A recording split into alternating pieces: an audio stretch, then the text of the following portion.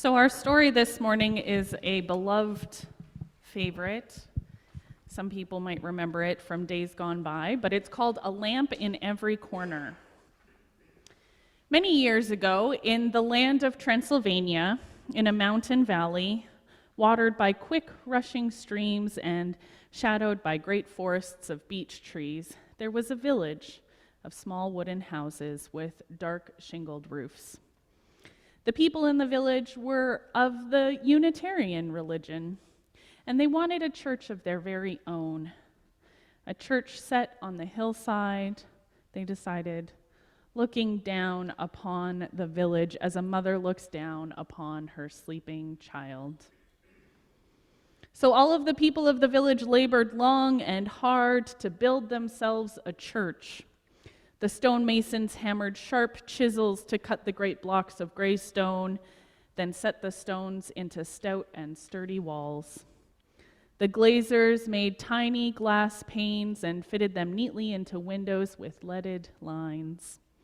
The foresters sawed tall beech trees into enormous beams and laid the trusses for the ceiling, then covered the roof with close-fitting wooded shingles that wouldn't leak a drop of rain.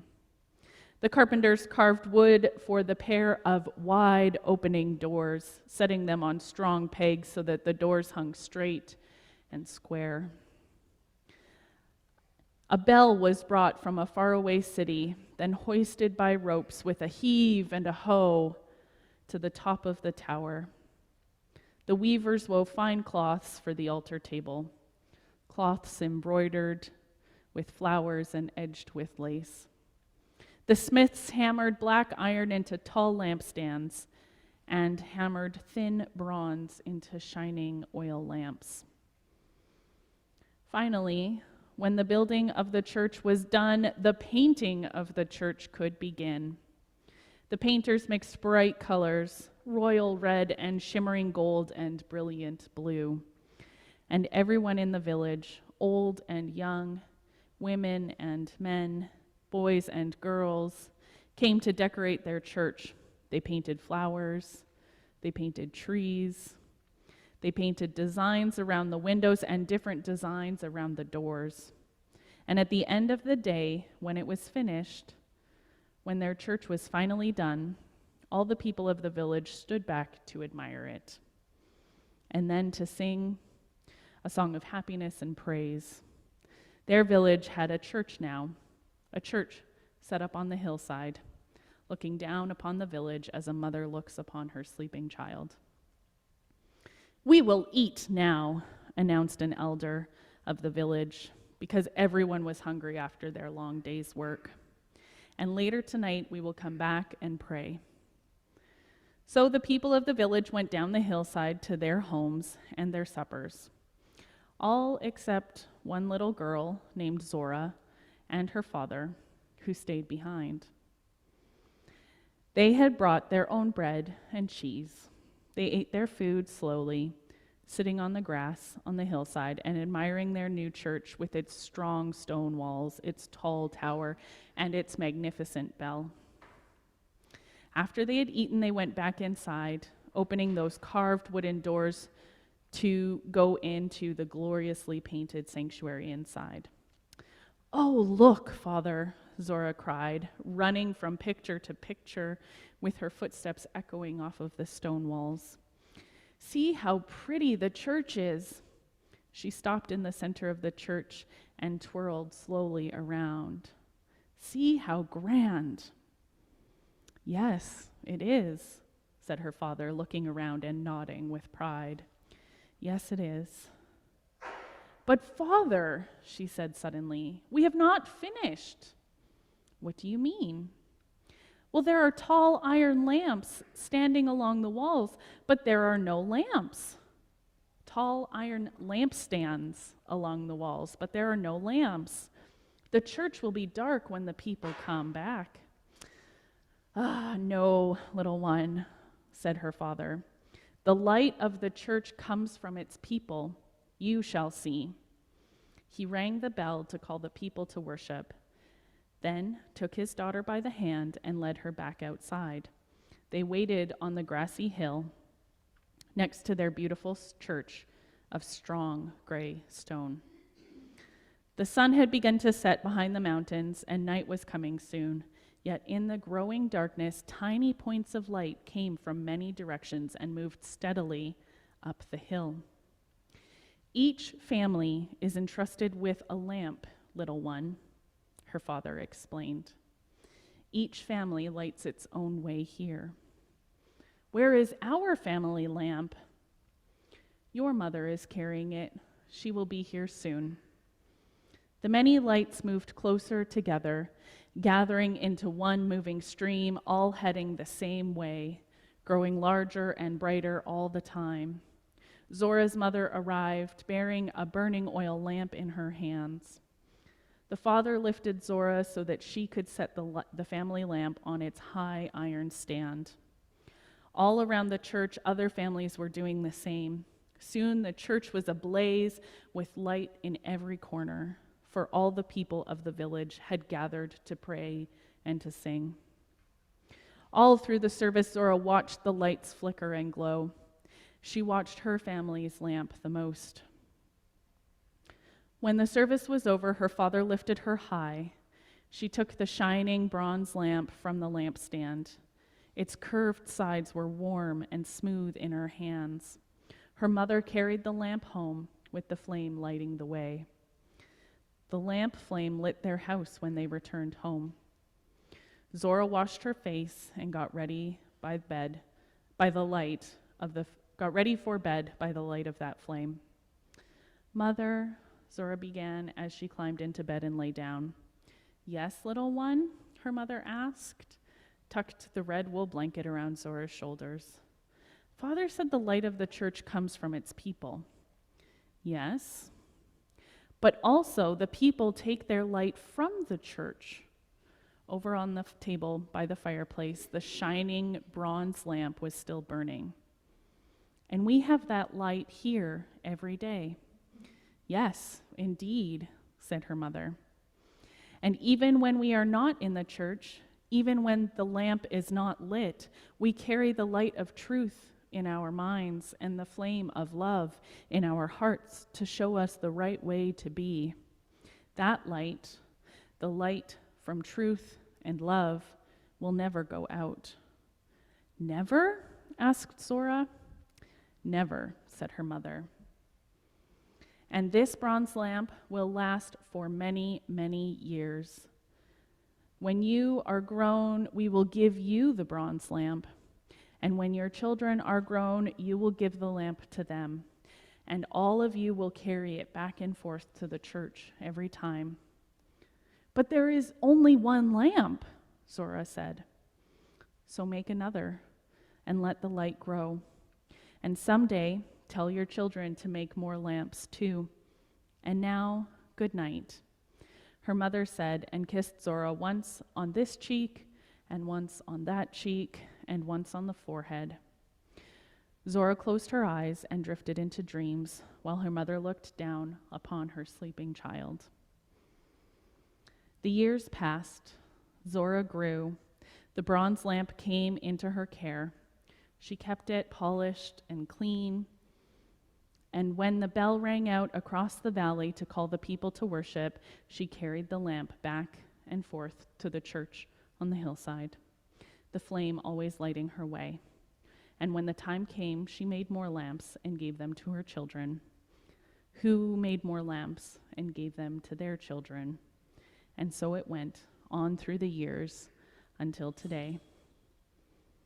And always the light of truth and the flame of love from that Unitarian church on the hillside continued to grow and show them and all of us the way.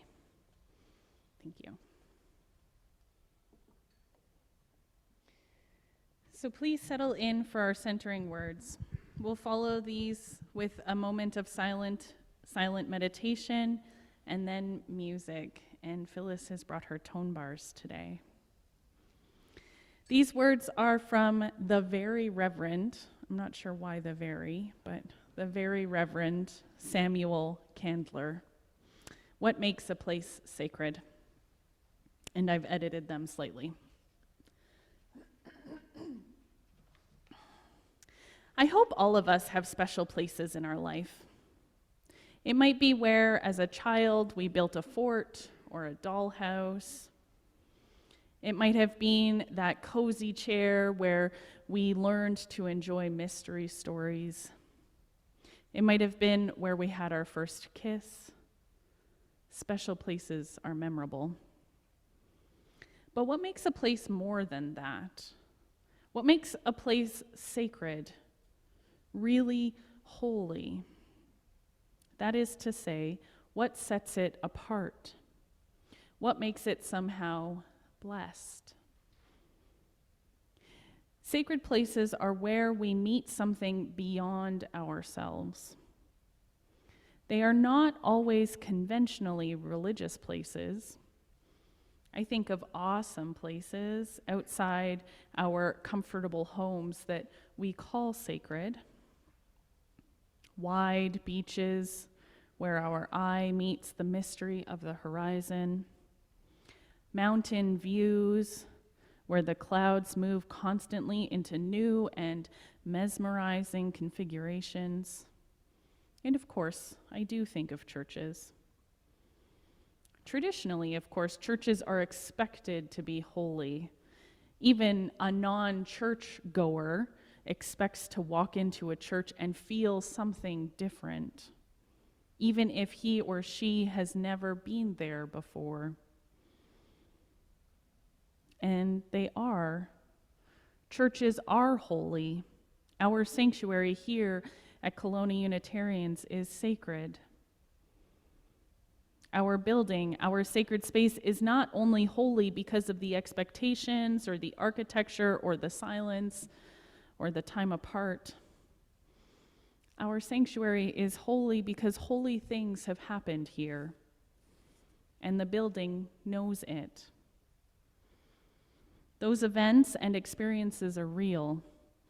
They make a difference. In this sanctuary, people's births have been celebrated, and their deaths have been mourned. In this sanctuary, we have rejoiced in good and boisterous times, and we have been disappointed with pain and betrayal. In churches, prayers have been offered. Weddings and meals have been offered. Even bitterness and anger have been offered. All those offerings make the actual physical place holy.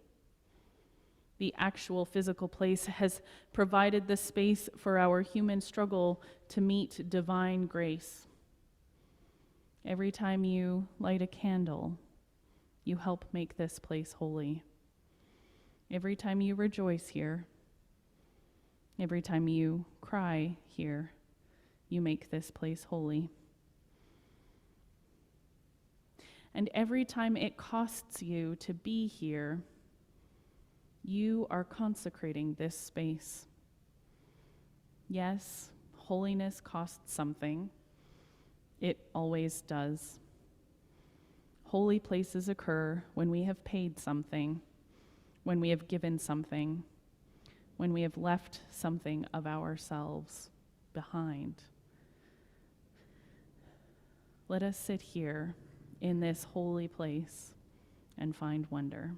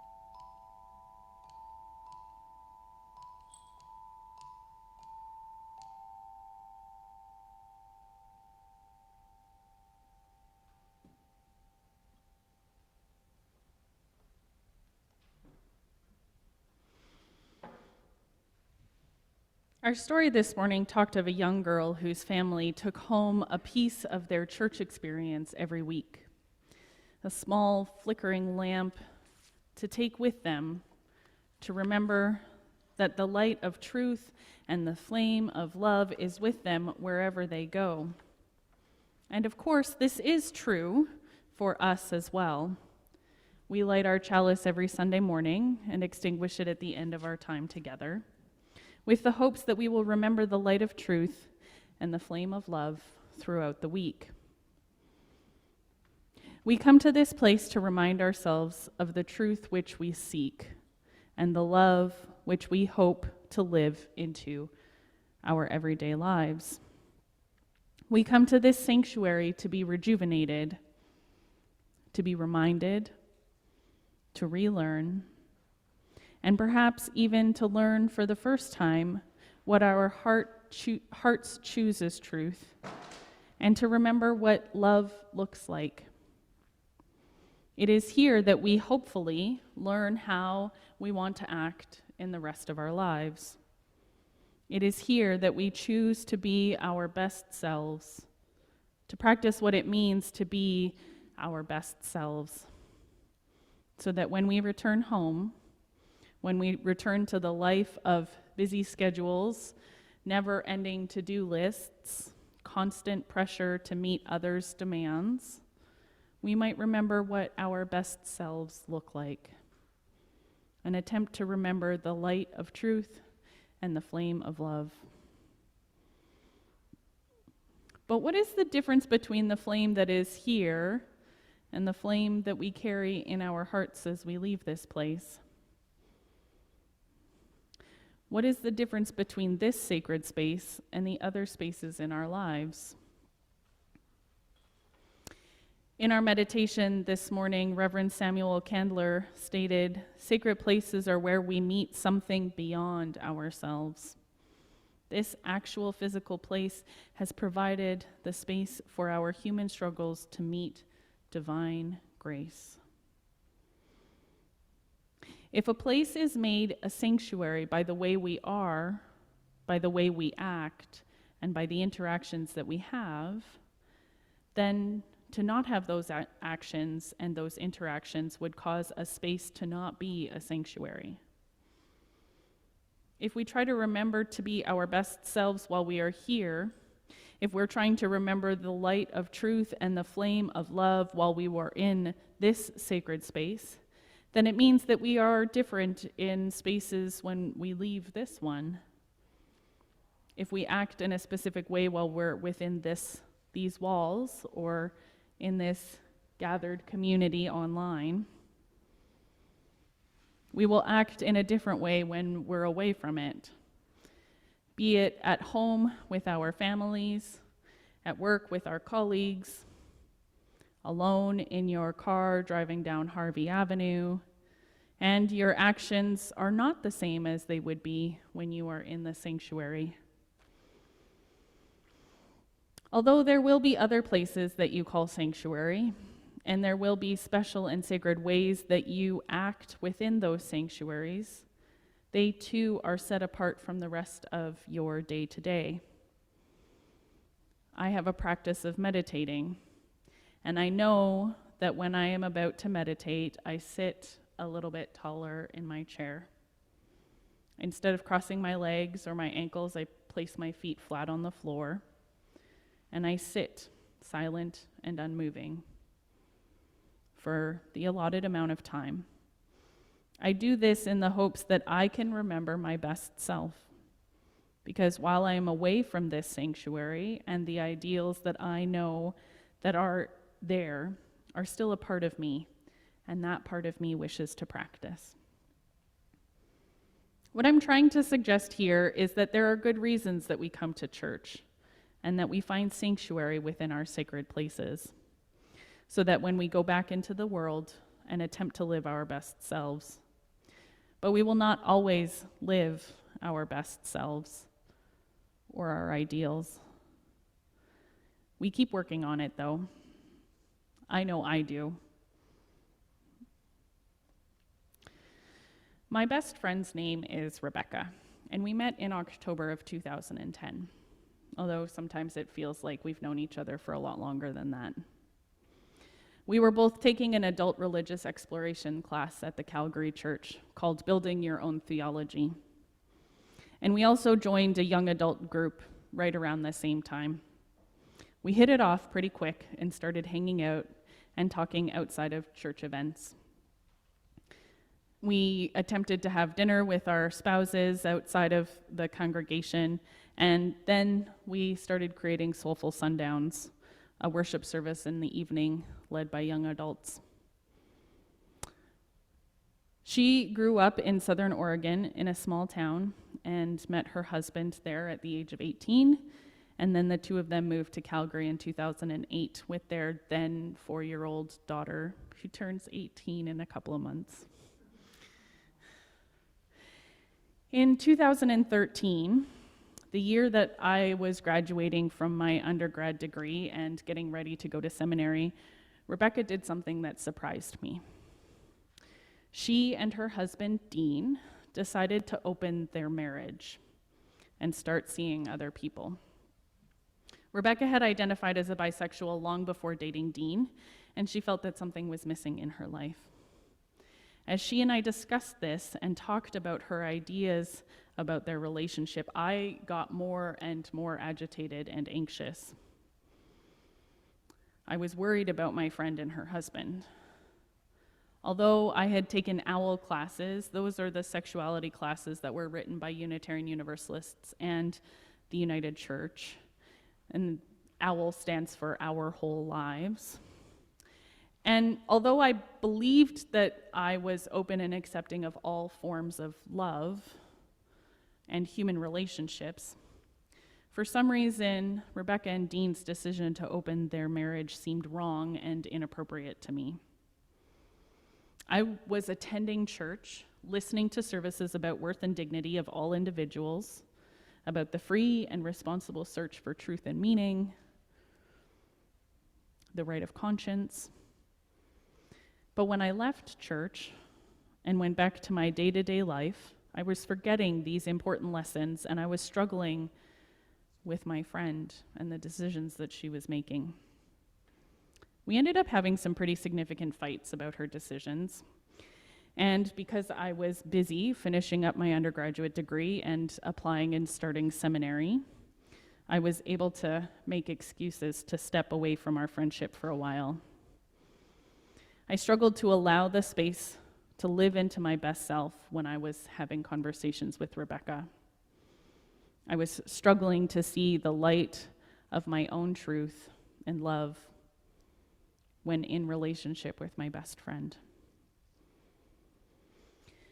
And it wasn't until I was having this really important conversation, the conversation about the deterioration of our friendship with my minister in the sanctuary of our church, that I was able to recognize that I was the one who was actually in the wrong, that I was the one who was attempting to force my beliefs and my truths on Rebecca, and that I needed to find my best self, my highest ideals, and I needed to apologize. This example and many others like it are part of the reason why I struggle to call our church sanctuaries home.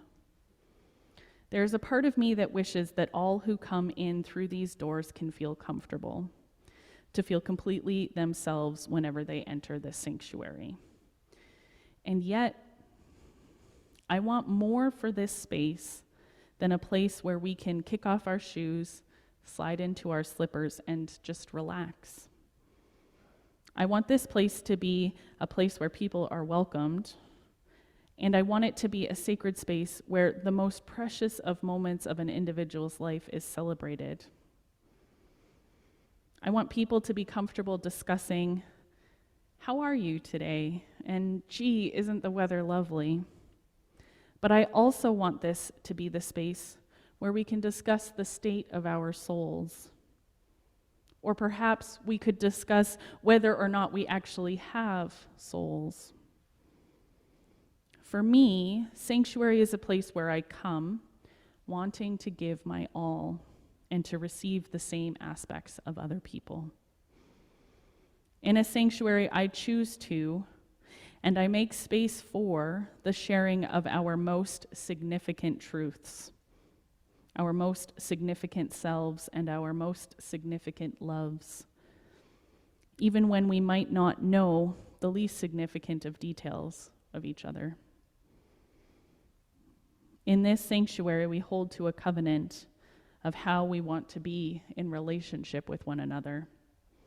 We covenant to make our best efforts to show respect, communicate for understanding, participate in community life with trust and commitment, and express encouragement and appreciation. In Unitarian Universalist communities, we create covenants to ensure that there is space for everyone to be present, to be their whole selves, to be their best selves. We create covenant to ensure that there is enough room within the sanctuary for everyone. But the sanctuary should be a place where everyone can be their whole self, because a sanctuary is a place where everyone can be their whole selves. So what happens when we start treating our sanctuary like it is home? I think that we forget to bring our best selves. We forget to live up to our covenant. We forget to make space and welcome others. And sometimes home isn't a place where we are welcomed. It might be a place where we were treated poorly. For me, I lived in 11 different houses by the time I turned 17. And that number has almost tripled since I was 17. And in a few weeks, that number will jump up again when Adam and I move into a more permanent home over on the west side. For me, home has only been a place where I sleep at night.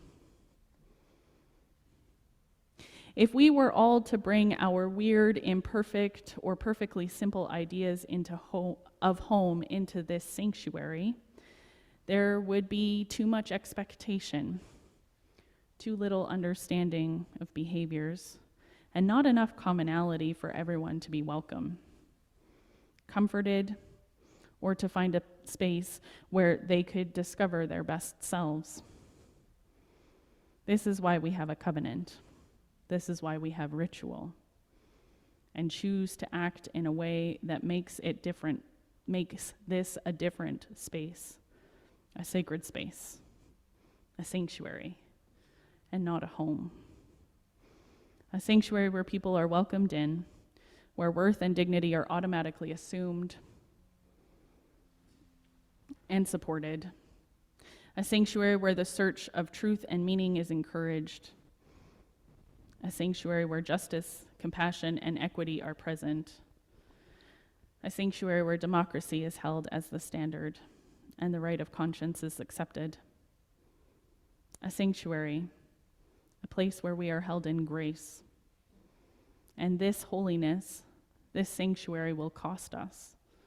It will be a challenge, but this beloved community is worth that cost. Thank you.